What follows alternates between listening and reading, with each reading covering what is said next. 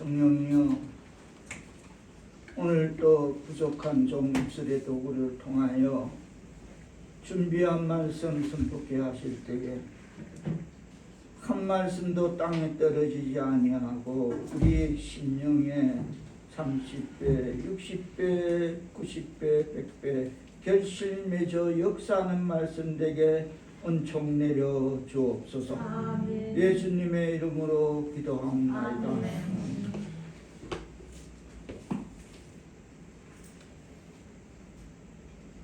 오늘 본문은 하나님만 인정하고 예수를 부인하는 유대교를 뿌리로 근간으로 하는 종교적 예국심을 주창했던 그 시대 유대왕 헤롯 아그리빠는 학산 일로의 초대교회의 탄압 정책의 일환으로 사도 야고보를 잡아서 처형하고, 그래서 거기에서 사람들이 기뻐하니까 베드로까지 잡아서 처형하기 위해서 감금해 놓았습니다. 그러나 성도들의 간절한 합심 기도로 베드로는 천사의 도움을 받아 감옥에서 구출되는 내용을 오늘 본문은 기록하고 있습니다. 1절로 3절에 보면, 다시 말해서 헤롯이 행한 일에 유대인들이 동조하게 되자 헤롯은 이 일로 야고보를 죽이는 일에 힘이 실렸습니다. 달력을 받은 거죠. 이유는 유대인들이 이 일을 기뻐하는 것을 보았기 때문입니다. 주석은 이 대목에서 이런 해석을 붙입니다. 사람을 기쁘게 하는데 마음을 쏟는 사람들은 쉽게 사탄의 먹이가 되고 만다는 것을 기억하라 라고 주의를 던집니다. 지금 이 일이 헤롯에게만, 유대인들에게만 사람을 기뻐하는데 마음을 쏟은 이 일이 헤롯에게만 있었다? 헤롯이 야고보를 칼로 죽이니 유대인들이 기뻐하는 것을 보고 베드로도 잡으려 하는 것 같이 사람을 기쁘게 하는데 마음을 쏟는 사람은 사탄의 먹이가 되고 만다면, 그러하다면 우리는 하나님의 일이 아닌 세상 육신적인 인간적인 그 무엇이라는, 내 무엇이라서라는 그런 명분으로 그것을 위해, 그들을 위해 기쁘게 하는데 얼마나 마음을 쏟았는지를 돌아보아야 한다. 그러는 것이 사탄의 명분이 된다면 말이다. 나는 하나님이 아닌 그 세상 육신적 인간적 그 무엇이라는, 내 무엇이라는 명분으로 그것을 위해, 그것들을 위해 얼마나 기쁘게 쓰이는 도구가 되었는지를, 그것이 사탄의 먹이가 된다면 돌아보아야 한다라고 우리에게 주의를 당부해 주고 있습니다. 맞다. 이 말씀을 공부하면서 그렇다, 그 답밖에 저는 뱉어낼 수 없습니다. 맞구나. 우린 그랬구나. 나는 그랬구나. 이와 같은 사실을 에레미야 17장 5절은 이렇게 말합니다. 여호와께서 이와 같이 말씀하시니라. 무릇 사람을 믿으며 육신으로 그의 힘을 삼고 마음이 여호와에게서 떠난 그 사람은 어떻다? 저주를 받으라. 같은 말. 하나님의 일이 아닌 사람을 기쁘게 했던 같은 말인 것입니다. 헤롯의 계획은 베드로를 유월절 후에 백성 앞에 끌어내어서 죽이기 위해서 일단 감옥에 가두어서 오늘 본문에 보면 군사 16명이 하루 6시간 교대로 4명씩 교대로 6시간씩 그것을 지키게 하므로 이래 되면 뭐 도망, 탈옥 이건 꿈에도 생각하지 못한 그런 상황에 베드로는 지금 갇혀 있습니다. 이렇게 했으므로 헤롯은 베드로를 꼼짝 못하게 붙잡아 놓았다라고 태평스럽게 그날 밤 잠을 잘 수 있었을 것입니다만 지식기 한 마리라도 빠져나갈 수 없다. 들어오지도 나가지도 못한다 라고 호언장담했을 것입니다만 그래서 베드로는 사절로 보면 철통 같은 감시 아래 옥에 갇혀 있습니다. 이 정도 상황이라면 사절에 기록된 그 상황이라면 뭐 옥에 가두고 군인 내식 내패에 맡기고 그런 상황이라면 그 어떤 방법이든지 다시 말해서 베드로가 빠져나온다. 누가 또 베드로를 구출시킨다라는 것은 불가능한 일입니다. 그러나 교회는 그를 위하여 간절히 하나님께 기도하였음을 자 5절 다시 한번 뜻을 생각하시며 받들어 공독해 주시겠습니다. 시작. 이에 베드로는 그의 쫓아오고 교회는 그를 위하여 간절히 하나님께 기도하더라. 아멘. 하나님의 백성 사울교회 성도 여러분, 그래서 오늘 제목을 기도와 눈물은 교회의 무기다라고 삼아봤습니다. 그렇습니다. 교회는 교회의 적들을 대항하여 살 뿐만 아니라 교회의 친구들을 위해서도 교회는 눈물로 싸워야 될 줄 믿습니다. 아멘. 다 같이 따라합니다. 기도와 눈물은 교회의 무기다. 기도와 눈물은 교회의 무기다. 지당합니다. 교회는 베드로를 위해 간절히 기도하였습니다. 그렇습니다. 하나님은 때로 하나님의 백성들이 급박한 위기에 처해 있을 때 그들을 위하여 힘써 기도할 것을 요구하고 계십니다. 오늘 본문 5절에 보면 교회는 베드로를 위하여 쉬지 않고 기도하였음을, 그것은 간절한 기도였음을, 마치 그리스도께서 고통 중에 기도하실 때도 힘쓰고 애써 더욱 간절히 기도하시니 땀이 땅에 떨어지는 핏방울 같이 되더라 라고 누가복음 22장 44절은 그렇게 기록하고 있습니다. 그렇습니다. 지금 초대교회 그들은 쉬지 않고 기도하였던 것입니다. 그것은 예수님이 더욱 간절히 기도하니 땀이 땅에 떨어지니까 오직에서는 진액을 다 빼니까 핏방울처럼 변하는 그런 지금 초대교회의 기도가 그런 전력을 다한 그런 기도를 그들은 교회는 드리고 있던 것입니다. 초대교회 그들은 교회에 모여서 베드로의 석방을 위해 기도하였습니다. 또한 그들은 각자의 집에 돌아가서도 각 가정에서도 이를 위하여 기도하였습니다. 이와 같이 그들은 쉬지 않고 기도하였습니다. 그들은 조를 짜서 돌아가며 베드로를 위하여 주야로 기도하였습니다. 이 근거를 12절은 이렇게 말하고 있습니다. 같이 뜻을 생각하시며 받들어 공독하십니다. 시작. 깨닫고 아브라함이 여러분의 어머니 마리아의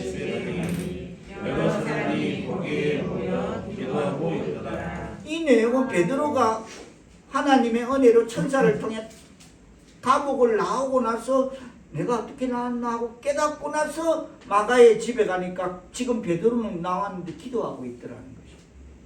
그 뒷받침하고 있는 근거가 12절을 그렇게 제시하고 있는 것이. 그래서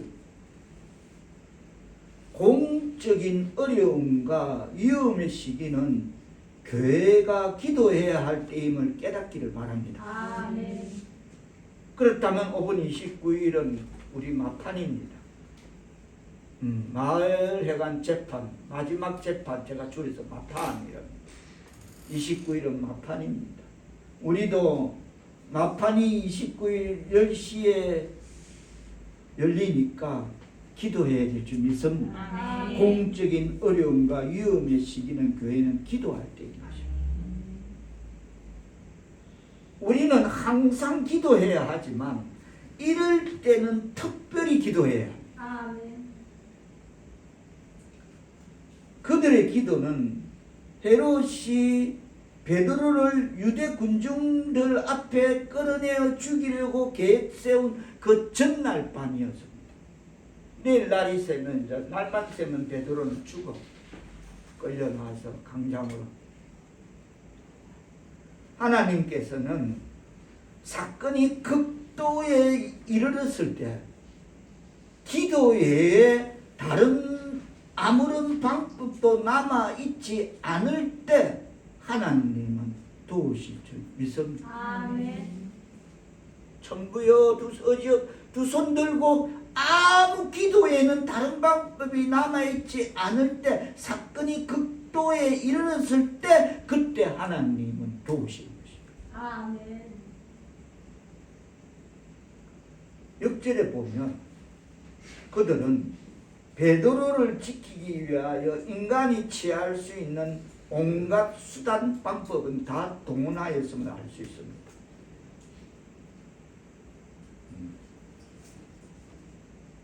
쇠사슬도 동원하고 다섯군 문 밖에 세우고 옥을 지키고 인간들이 하나님을 향하여 이만하면 되었다라고 생각할 때 하나님은 그들이 감당할 수 없을 만큼 역사하실 줄 믿습니다. 아멘. 인간의 생각은 그걸 알 수 없는 거죠.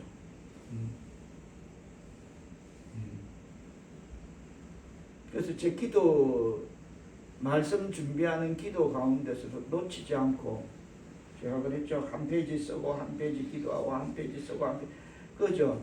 나의 부족한 생각보다 더 높고 나의 부족한 생각보다 더 넓고 나의 부족한 이 한계보다 더 깊이 깨달을 수 있는 지혜의 영을 달라고 기도하는 것입니다.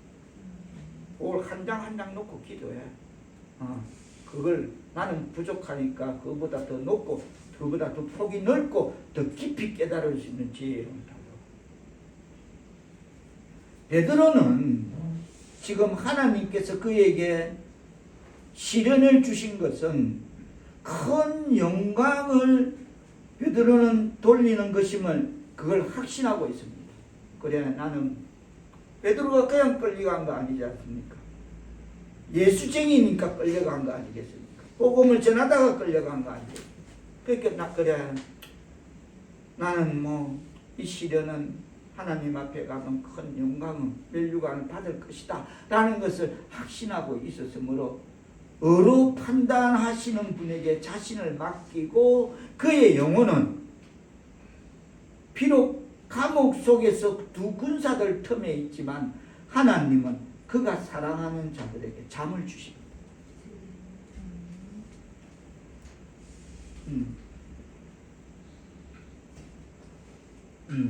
잠을 주십니다. 6절에 보면 두 군사들 틈에서 두 쇠사슬에 매여서 누워 자는데 여러분 이 상황을 우리가 접근해 보면 베드로도 압니다. 연애들이 유대인들이 유월절 무교절이라서 지금 이 작업을 안 하지만 날만 새면 나를 끌어내 갖고 이벤트를 할 거다. 나를 죽일 거다라는 베드로도 이미 알고 이 보초들이 다른 죄수와는 달리 다른 죄수는 지키지도 않고 감옥 옥에 여면 끝인데 막 16명이 둘러싸고 있고 막 이러고 쇠사슬 2개를 묶고 있고 막 이런 난리를 치면 베드로도 대충 이게 뭔가를 짐작합니다. 그런 상황이라면 저라도 여러분이라도 잠이 온다. 내일 내가 끝나는데 잠이 온다. 아무리 코피나고 피곤한 일이 있어도 그런 상황에서는 잠을 잘 수가 없는 거지. 내 인생의 밤이 이 밤이 끝이라면 잠이 자지지가 내가 안 자고 싶어서 안 자는 게 아니라 버티고 싶어 버티고 잠이 자지지가 않는 상황입니다. 근데 베드로는 그에게 시련을 주신 것은 큰 영광을 그렇게 하나님께 드리는 것으로 확신했으므로 의로 판단하시는 분에게 자신을 맡기고 비록 그의 영혼은 감옥 속 2 군사 틈에 있지만 하나님은 그가 사랑하는 자들에게 잠을 주셨다는 것입니다. 염려 마라. 두려워 마라. 내가 너와 함께 한다. 할렐루야. 아멘. 그 잠을 자는 겁니다. 잠을 잘 수 없는 상황에서 자는 거죠. 베드로는 군인들에게 포위되고 사람들에게 포기된 것 같이 보였지만 하나님은 그런 베드로를 비록 군인들에게 포위되고 사람들에게는 포기된 것 같은 그런 베드로를 하나님은 잊지 않으셨어요. 아니 아무 생각하지 말고 잠이나 자. 네가 뭐 안 자고 설친다고 될 거 하나도 없어. 그냥 자. 하나님 버전 스타일로 가자는 겁니다. 네가 설친다고 될 거 아무것도 없어. 그냥 자요. 강하는 그냥 죽으세요. 그런 식으로 자는 거예요. 그러나 하나님은 베드로를 잊지 않으셨어요. 포위되고 사람들에게 포기된 것 같은 그 베드로를 옥문과 파수꾼이 베드로를 철통같이 가로막고 있었지만 그러나 이것들이 하나님의 사자들과 베드로의 사이까지 가로막지는 못하였다는 겁니다. 아무리 쇠사슬 2개로 양쪽에 묶고 지키고 안에서 지키고 밖에서 지키고 이래도 꼼짝달싹 못하는데 그러면 그래도 하나님의 사자들과 베드로 사이를 그것들은 가로막지 못했다는 것입니다. 하나님의 백성 사울께서도 여러분 하나님의 백성은 어디에 있든지 다니엘과 사드락과 메삭과 아벳노고는 용광로 불에 들어가든지 사자굴에 던져지든지 또 요나는 고기 뱃속에 들어가든지 아무리 에워싸인다 하더라도 하나님의 백성들에게는 하늘로 향한 길이 열려 있음을 깨닫기를 바랍니다. 아멘. 하늘로 향한 길이 열려 있다. 그 누구도 아무것도 그들의 하나님과의 교제를 막지 못한다는 것입니다. 아멘. 그 무엇이라도 7절을 뜻을 생각하시며 받들어 보게 해주십니다. 시작. 영이 지혜서가 빛나며 옥중에 광채가 빛나며 또 베드로의 옆구리를 쳐 깨워 이르되 급히 일어나라 하니 쇠사슬이 그 손에서 벗어지더라. 아멘. 광채가 옥속을 환하게 비추었습니다. 천사가 베드로의 옆구리를 쳐서 그를 깨웠습니다.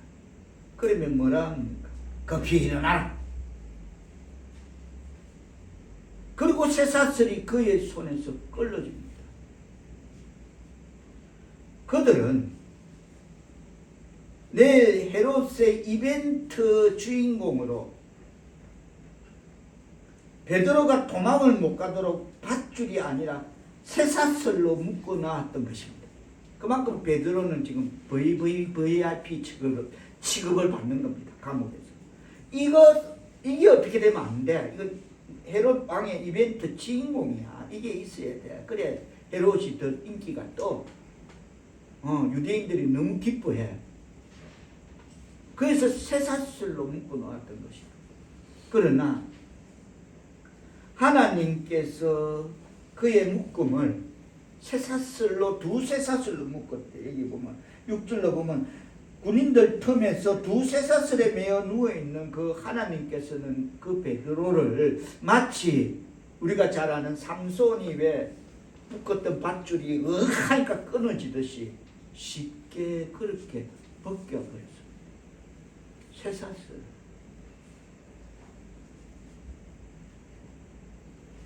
실제로 가톨릭은 그때 군사들 중에 한 사람이 이 쇠사슬을 성보로 보관했다고 합니다. 이건 뭐야? 그렇죠. 빠른 사람은 우표를 지금까지 모은 사람이 있듯이 빠른 사람은 이게 있는 센스가 있는 사람은 이거 지금 같으면 이거 돈 된다 하고 모으겠죠. 이건 뭐야 하고 그 쇠사슬을 물론 유대인의 그런 믿음이 있게 그래서 성보로 보관하다가 유도기아 여왕에게 그걸 정정했다고 합니다. 그 소문이 나고 누군가 갖고 있다 가져가라 해가 정정한 후에 로마 가톨릭 교회는 이 베드로의 쇠사슬을 기념해서 매년 8월 1일은 베드로의 투옥 기념일 절기로 지키고 있다는 게 지금의 상황입니다. 그 절기로 지킨대. 쇠사슬 갖다 놓고. 그러면 그렇게 되면 그 군인들 지키던 군인들은 뭐 했나? 그런 동안 감옥 안에서 강체가 빛나고 쇠사슬이 소리 없이 실타래처럼 조용히 떨어진 거 아니고 쟁그랑하고 끌리는 소리가 땅에 떨어지고 했을 건데 뭐 했나?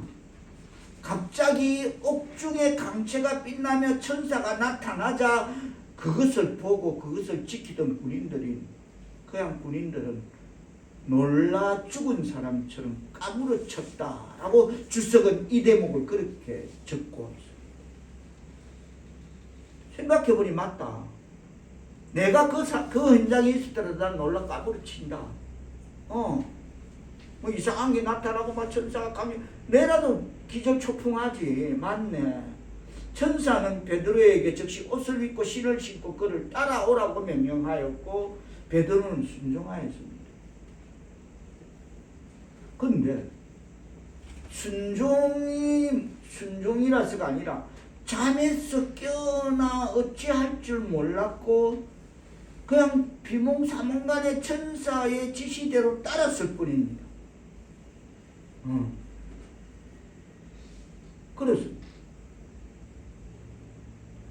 영적인 감금 상태에서 해방된 사람들은 이스라엘 백성들이 노예로 살던 애굽에서 나올 때 그랬던 것처럼 그들을 해방시켜 주신 분을 따라가야만 했습니다. 이스라엘 백성들은 출애굽 때의 모세를 따라 그들은 어디로 가는지도 알지 못하고 그냥 모세가 인도하는 대로 따라갔습니다.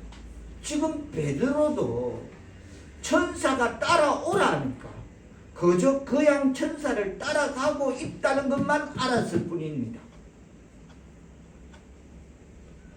어디로 가는지 아무것도 그냥 따라오니까 그냥 가. 그래서 이게 꿈인지 생선인지 분간을 못하는 것입니다.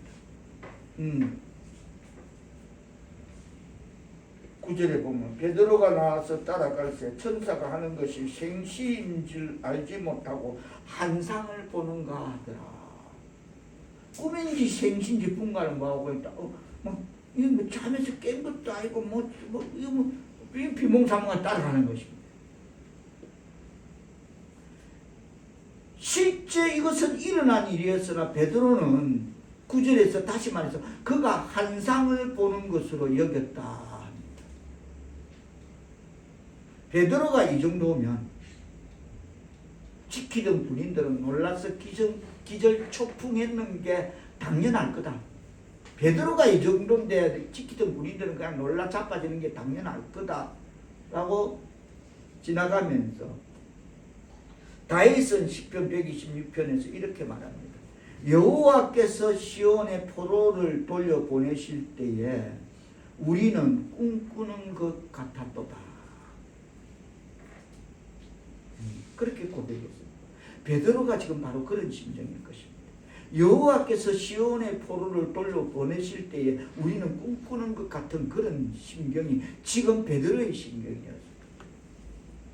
그는 너무도 기뻐서 이것이 참이 아닌 것처럼 생각했습니다. 무슨 환상을 보나? 내가 이게 지금 맞나? 꿈인가? 그랬을 것입니다. 베드로는 천사의 인도를 받아 안전히 위험에서 벗어났음을, 자 10절 뜻을 생각하시는 박수를 본 것 같습니다. 시작. 이에 첫째와 둘째 파수를 지나 시내로 동한 세운에 이르니 문이 저절로 열리는지라. 나와서 한 걸을 열었으니 천사가 곧 떠나더라. 이 사실만 미루어 봐도 베드로를 지키던 파수꾼들은 혼비백상 기절초풍하였음을 그것을 뒷받침해 주고 있습니다. 첫째 문, 둘째 문 다 지날 동안 아무 반응이 없었다는 것입니다. 이미 그들을 다 쓰러졌어. 기절했어. 이 상은 그걸 뒷받침해 주고 있는 것입니다. 감옥 철문 앞에 이르니 문이 저절로 보이지 않는 힘에 의해서 열렸습니다. 문이 저절로 열리는지야. 하나님의 백성 사울교회 성도 여러분, 하나님께서 그의 백성들을 위하여 구원을 베푸실 때 그 앞길에 이겨내기 어려운 장애는 없다는 것을 기억하시기를 바랍니다. 아멘.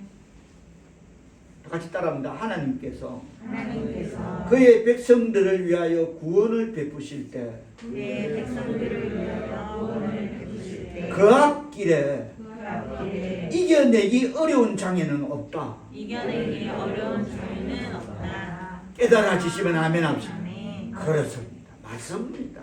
하나님이 하시는데, 그래서 베드로야 너는 그 잠이나 자라 그러는데, 잠이 와지는 상황이 아닌데 내일이면 목이 달아가는데 날이 있으면 거기서 잠을 잘 수 있는 그 하나님이 어떤 장애도 없다는 겁니다. 그 앞길에 이겨내기 어려운 장애는 없다는 것입니다. 아멘. 철문까지라도 저절로 열렸습니다.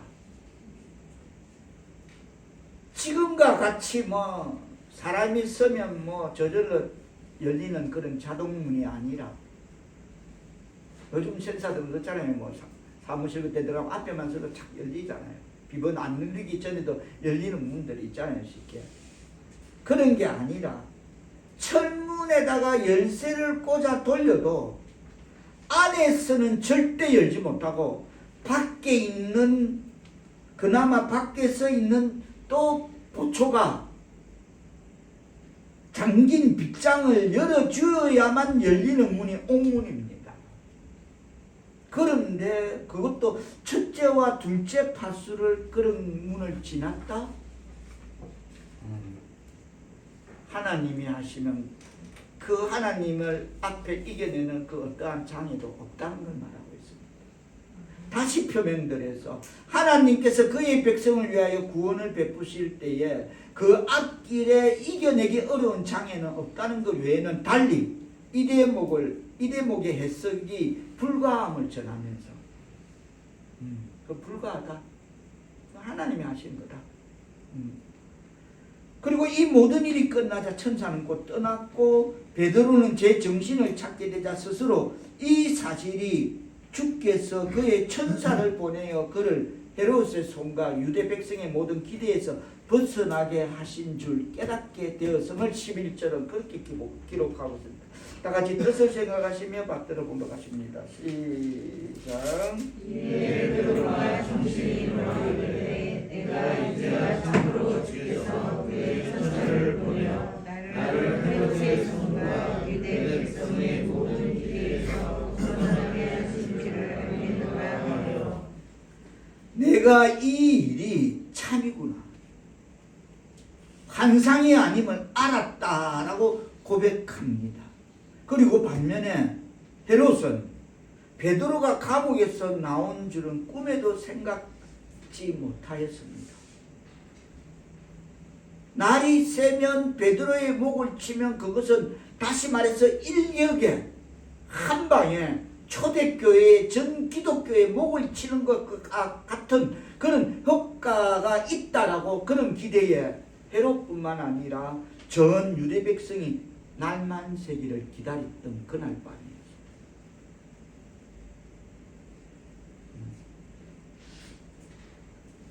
이 일은 예수님 부활 10년 후의 일이었습니다.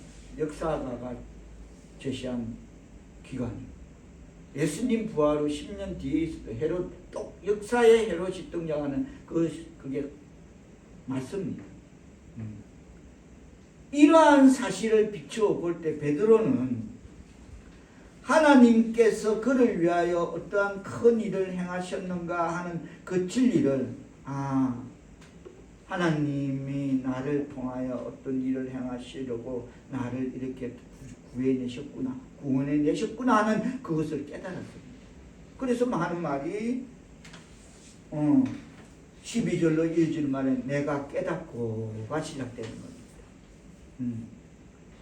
그리고 베드로는 그 사실을 깨닫고 한 교육집으로 찾아가니 거기서 많은 사람들이 함께 모여 기도드리는 것을 보게 됩니다. 깨닫고 마가라 하는 집에 가니 모여 기도하고 있더라 라고 12절은 기록하고 있습니다. 그들은 지금 한밤중이었는데도 내일이면 칼로 목베임을 당할 베드로를 위해서 하나님께 그를 구원해 주실 것을 위하여 기도드리고 있습니다. 그렇습니다. 그들은 그들의 간절함을 나타내는 뜻에서 계속하여 기도하였습니다.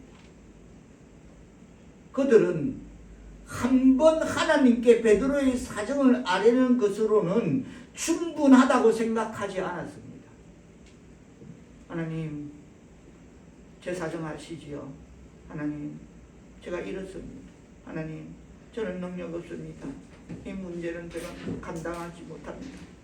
십자가 밑에 내려놓습니다. 하나님 맡아 해결해 주옵소서. 예수님의 이름으로 기도합니다. 아멘 땡, 이거 아니라는 겁니다.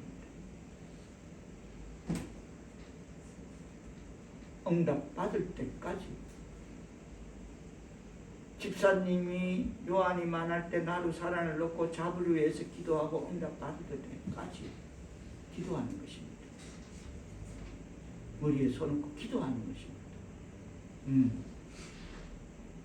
그들은 한 번 땡, 일회용 땡이라고 그것으로 충분하다고 생각지 않았습니다. 그들은 반복해서 기도했습니다. 주여 베드로를 구원해 주소서. 주여 저 헤롯의 마음을 돌이켜주소서. 유대 백성들의 어리석음을 깨닫게 하소서. 주여. 이와 같이 우리도 쉬지 말고 항상 기도해야 될 줄 믿습니다. 아멘. 어떤 일이든지 아멘. 어떤 일 앞에서도 한 번 땡 아니라 응답 받을 때까지 기도하시길 바랍니다. 아멘.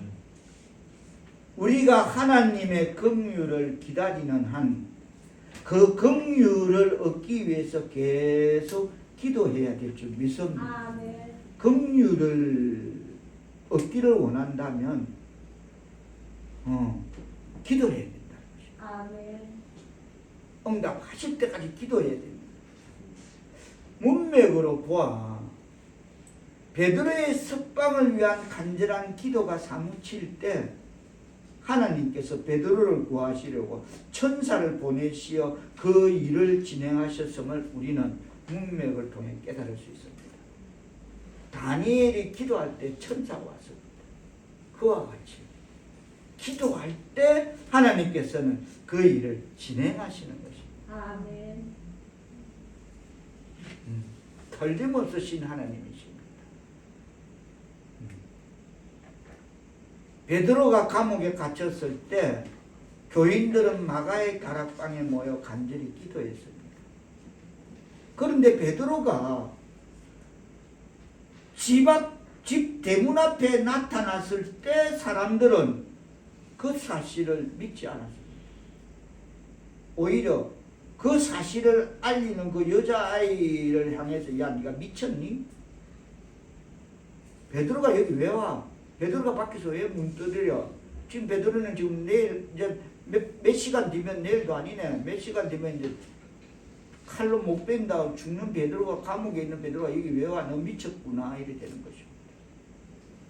운맥상. 이 대목에서 우리도 종종 열심히 기도하지만 기도의 응답에 대해서는 잘 믿지 못합니다. 그리고 응답 받았을 때 우리는 가끔 그것을 우연으로 간주합니다. 하나님의 응답으로 감사해야 되는데 우연히 누가 이래서 저래서 이렇게 되는구나 라고 그걸 우연으로 간주해 버립니다. 하나님의 응답을 받았는데 많습니다. 꺼낼 수 없는 정도로 많습니다. 우리의 경험에 비춰보면 열심히 기도하는 것 못지않게 중요한 것은 응답된 기도로 깨닫고 감사함으로 받아들이는 태도입니다.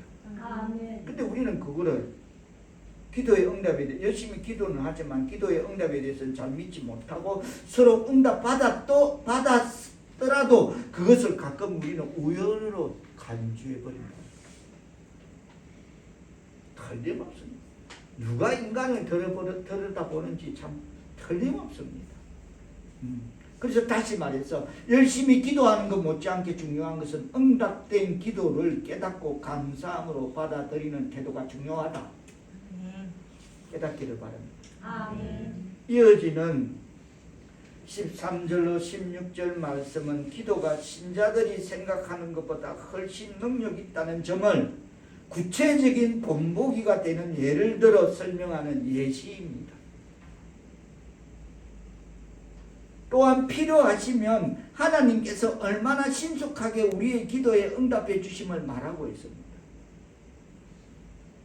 13절에서 베드로가 문을 두드리는데도 그들이 문을 열기를 머뭇거렸지만 베드로는 문을 두드리기를 그치지 아니하고 마침내 그들은 하도 밖에서 두드리쌌고 한 애는 계집애는 베드로가 왔다고 이상한 소리 했었고 이러니까 그네들이 확인하니까 밖에 보니까 베드로가 와가 있는 것입니다. 자 16절 뜻을 생각하시면 다 받들어 본 것 같습니다. 시작. 베드로가 문 두드리기를 그치지 아니하니 그들이 문을 열어 베드로를 보고 놀라는지라. 이 마가에 모여 기도하는 집 앞에 겨우 집 앞에 베드로가 오기 전까지 여기까지 가정에서 감옥을 나오는 가정, 그 가정에서 베드로를 가로막았던 철문, 첫째 둘째 철문 한 번도 두드리지 않았는데도 저절로 열렸습니다. 그러나 그가 돌아오기를 기다리고 있었던 교우들의 집 문은 저절로 열린 것이 아니라 두드려야만 했습니다. 그것도 오래 두드려야 해요. 안에서는 계집종인 목소리를 듣고 야 베드로다 베드로다 하고 사람들이 너무 깊어서 알리는데 사람들이 얘 미쳤나. 예, 정신 차려. 베드로가 이게 왜 이런 식으로 그러니까 밖에서는 계속 두드리고 있는 것입니다. 지난주 우리는 기도원의 300용사에서 32,000명이 모여서 22,000 돌아오고 10,000명이 남았다. 그래서 10,000명으로 이기게 되면 우리가 라는 자만으로 하나님 영광 가리게 되기에 300명으로 대적을 상대하게 하신 하나님의 어중처럼 베드로를 위해 모여 기도하고 있는 교우들의 집 문은 저절로 열린 것이 아니라 두드려야만 했고 그것도 오래 두드려야만 했던 것입니다. 문 열어 나야 베드로야 문 열어. 이것은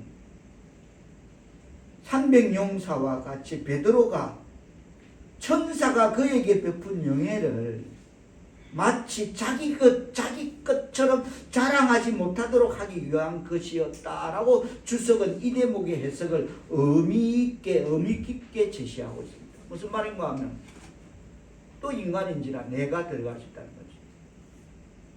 맞지? 이런 사람이야. 이래 될 수 있다는 거야. 인간인지라. 그래서 오래 누리리라. 그리고 나서 그 가정을 설명한다. 내가 아니라는 거야. 내가 무슨 재주가 있어 그걸 나온 것이 아니기 때문에 천사가 그에게 베푼 영예를 마치 자기 것처럼 자랑하지 못하도록 하기 위해서 오래 두드리고 있어야 했었다. 참 의미 깊다. 주석은 그래 생각하면서 17절 뜻을 생각하시면 받들어 본것 같습니다. 시작. 베드로가 그들에게 손짓하여 조용하게 하고 주께서 자기를 이끌어 옥에서 나오게 하던 일을 말하고 또 야고보와 형제들에게 이 말을 전하라 하고 떠나 다른 곳으로 가니라. 그래서 베드로는 다른 곳에서 이 사실을 아직 모르고 있는 교우들에게 주께서 자기를 이끌어 옥에서 나오게 하신 이 일을 전하라 하고 다른 곳으로 떠나게 됩니다. 자초 지정이야. 난 모르겠다. 나 자고 있었다. 근데 갑자기 회사설이 끌렸고 누군가 따라오라고 옆구리를 치더라. 그래서 일어나 보니까 천사를 따라갔고 그래서 내가 여기까지 오게 됐다. 그래서 두드리면서 그 말을 하는 것이요. 드디어 D-Day 그 아침이 밝았습니다. 18절에 보면 날이 새매 군인들은 베드로가 사라진 것을 알았고 본문 말씀 그대로 베드로가 어떻게 되었는지 알지 못하여 적지 않게 소동하였습니다.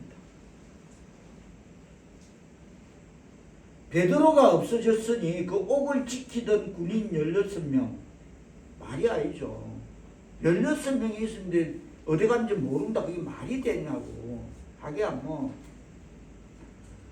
뭐 대한민국 군이 뭐 몇만 대군데노 20, 30만 대군데나 20만 육해공군 30만 대군데도 뭐 탈북 청년이 다시 강화도 그 하수도로 들어가서 다시 북한으로 가긴 가더라고요. 30만 대군이 예를 들어 지켜도 가긴 갔더라마는 그 상황과 이 상황은 또 다르겠죠.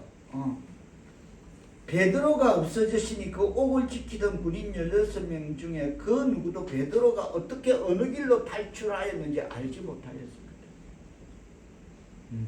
서로 이 핑계 저 핑계 아니 그때는 네가 보초설 시간이잖아 막 이러면서 서로 알지 그들은 분명히 베드로가 지난 밤까지는 있었다는 사실밖에는 알 수가 없었습니다. 그리고 어느 순간부터 모른다는 겁니다. 필름이 끊겼다는 겁니다. 어떻게 된 건지 도저히 알 수가 없다는 겁니다. 뭐가 뭔지. 그 사실이 헤롯 왕에게 보고되자 왕이 직접 베드로를 찾으라 하였으나 헛수고에 그치자 헤롯은 어떡합니까? 19절에 보면 파수꾼들을 심문하고 죽이라.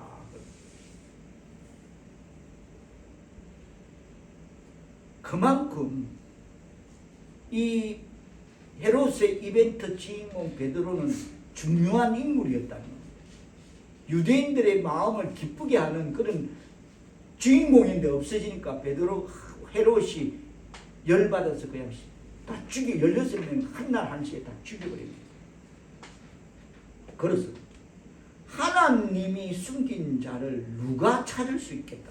아멘. 하나님이 숨기시는데 누가 찾느냐는 겁니다. 아멘. 하나님의 백성 싸우겠습니다. 여러분 작금의 세상이 온난화로 하와이 지금 뭐 사망자가 헤아리 지지가 않는데 근데 그게 뭐 급발 가뭄 급발 뭐 이게 막 갑자기 온난화로 그리고 전쟁으로 멀쩡한 대낮에 서울 한복판에서 불특정 다수들의 묻지마 그런 거로 그것도 피해자를 또 죽어버리더라고. 여자는 공원에서 그 성폭행 당한 대낮에, 그것도 대낮에 공원에 서울 시내에서 이런 불안한 시대입니다. 작금의 세상이 지금 이런 불안한 시대입니다. 이러한 불안의 시대에, 위험의 시기에는 하나님의 백성들은 하나님을 우리의 피난처로 삼아야 될 줄 믿습니다. 아멘. 제가 저 어디 가면 그런 거 잘 안 나는데 하도 세상이 그래서 이제 제가 나이가 있나. 며칠 전에 밤에 나루가 뭐 드라이버 없다고 갑자기 12시 넘어서 저 집에 간다고 가더라고. 난 속으로 야, 세상이 이런데 왜 이 시간에 왜 가노? 그 드라이버 컴퓨터 못 붙이는 거기 먹을 급하노 내일 하면 되지. 내가 이런 생각이 들더라. 오죽해서 그 정도로 제가 불안해지는 거예요. 세상이 그리 돼버리게. 왜? 대낮에 공원에서 산책하는데 그 여자를 그렇게 죽어버렸으니까 이게 지금 작금의 시대라는 거죠. 우리는 하나님을 우리의 피난처로 삼아야 될 줄 믿습니다. 아멘. 그곳은 아주 엄밀함을 하나님이 숨기신 자를 누가 찾을 수 없는 그런 곳이므로 무지한 세상이 그곳으로 피한 우리를 찾아내지 못합니다. 아멘. 그래서 그곳은 아주 튼튼한 요새이므로 무력한 세상이 이 힘없는 16명이 지켜도 그 쇠사슬을 묶어놔도 베드로 하나 지키지 못한 그 무력한 세상이 우리에게 접근하지 못합니다. 아멘. 그래서 저는 기도합니다. 악한 것들이, 악한 자가 우리 자녀들을 만지지도 건드리지도 못하게 해달라고. 그게 그 기도인 것입니다. 저 놓지 않습니다. 우리 자녀들 위해서. 따라합니다. 하나님의 백성들은 하나님을 우리의 피난처로 삼아야 합니다. 하나님을 우리의 피난처로 삼아야 합니다. 그곳은 다 같이 그곳은 아주 은밀함으로 무지한 세상이 그곳으로 피한 우리를 찾아내지 못한다.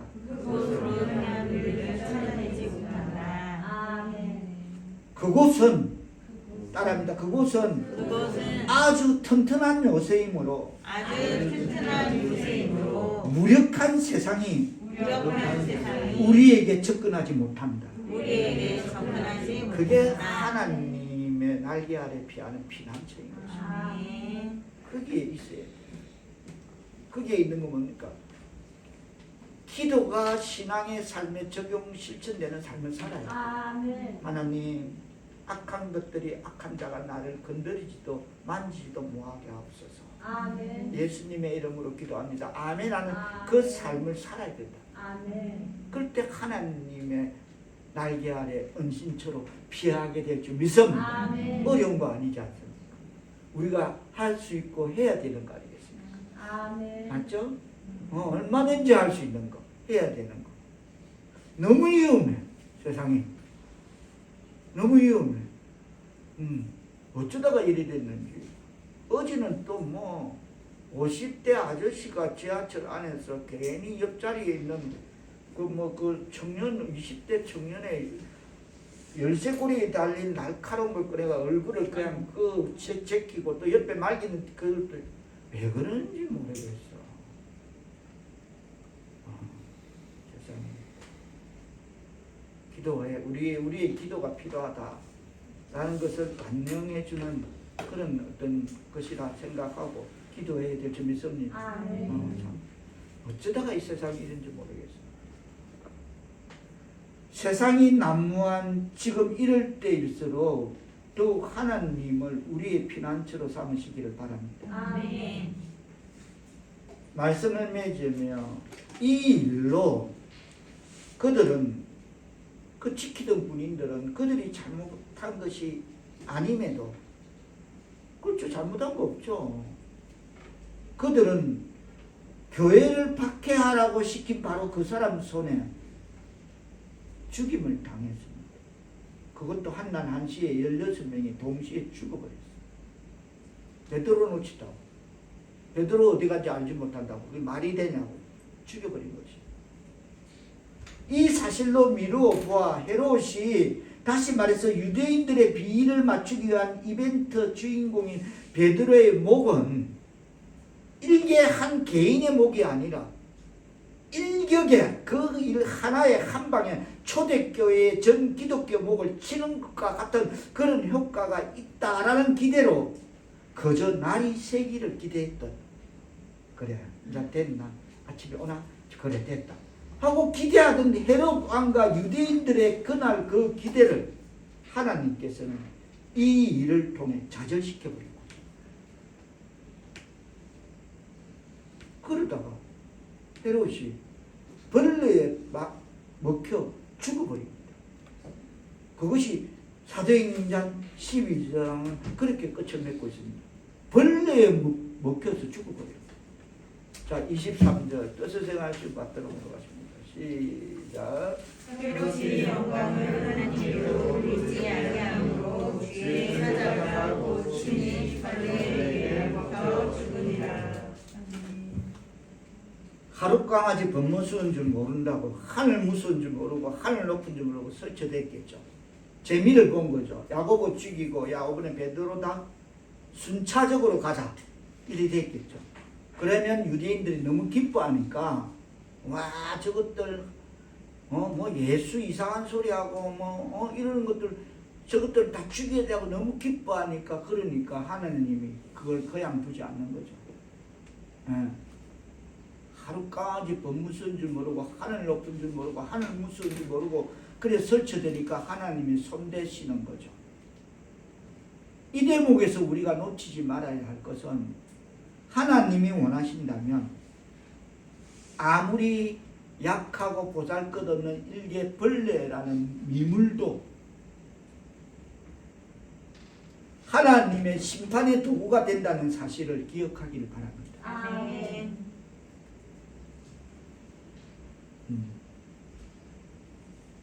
헤롯은 충에게 벌레에게 먹혔습니다. 거기는 의원들 없나? 날고 기는 사람들이 있었겠죠. 어술이 있는 그 당시 어술로 다 척보면 아는 그거 다 있었겠죠. 그럼에도 하나님이 원하시면 어떤 그 벌레 같은 미물도 하나님의 심판의 도구로 사용된다는 겁니다. 아멘. 하나님께서는 그만한 자들을 꺾으시기를 기뻐하실 뿐 아니라 가장 굴욕적인 방법으로 세계 최강인 애굽의 바로 왕이 뭡니까? 팔이 이 개구리 거기에 학을 띄어버려. 학질 이런데 학을 띄고 세계 최강의 바로가 애굽의 바로가 그까지 팔이 개구리 이 학질에 학을 띄버리는 것입니다. 그처럼 가장 굴욕적인 미물을 통해 그들을 꺾으심으로 그들에게 하나님의 심판을 가하십니다. 아멘. 어느 때에 어느 때에 어느 때에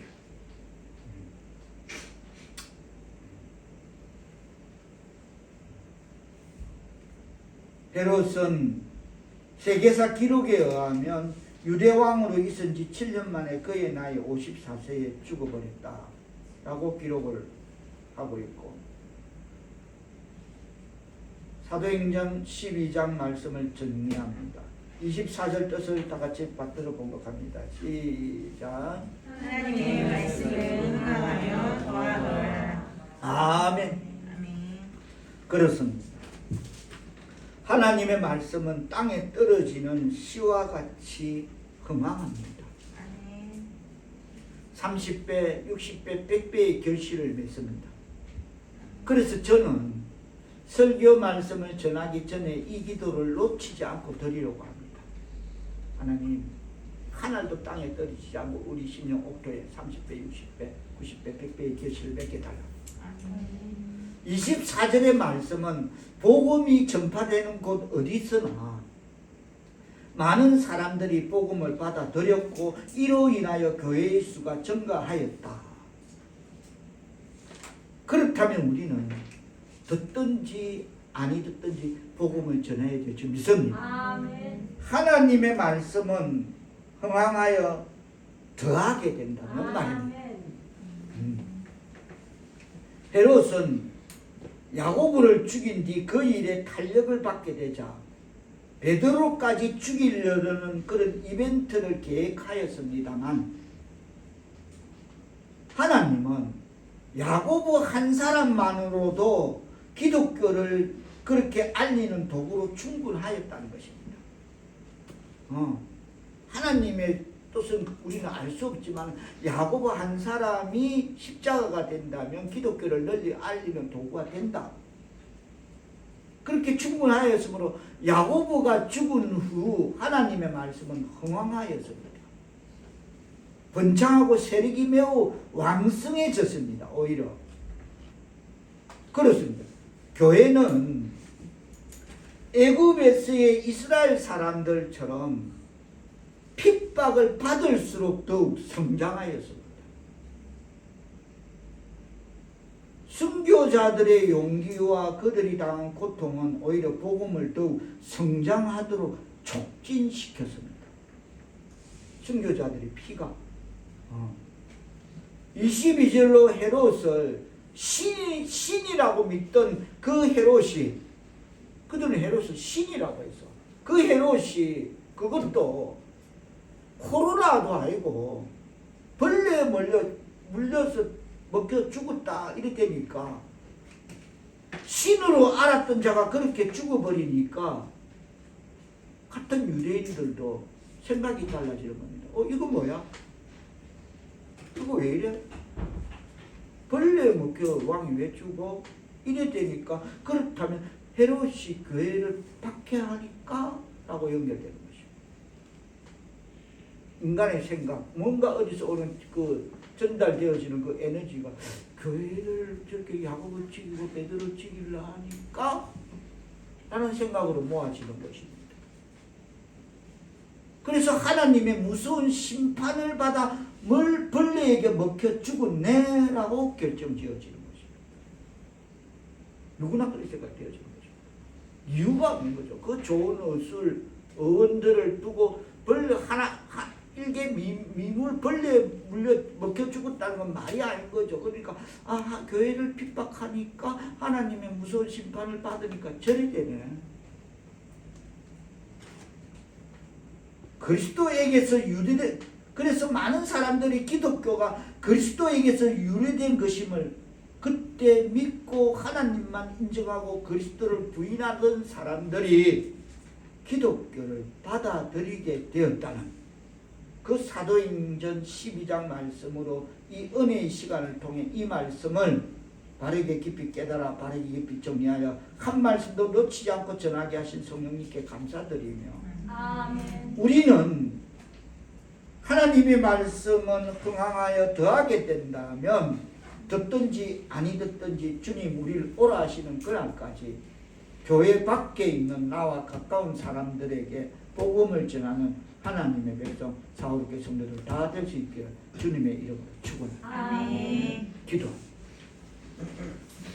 하나님, 기도 외에는 그 어떤 것도 없음을 오늘 사도행전을 통해서 우리에게 들려주심을 감사합니다. 아멘. 무슨 일을 만나든지 그 어떤 일 앞에서도 항상 기도가 먼저 선행되고 기도로 응답받고 하나님 기도로 승리하는 하나님의 백성 사울교회 성도들 다 되는 기도의 백성 되는 하나님의 은총 내리시어 기도로 승리하는 삶을 살아가게 성령님 동행하여 주옵소서.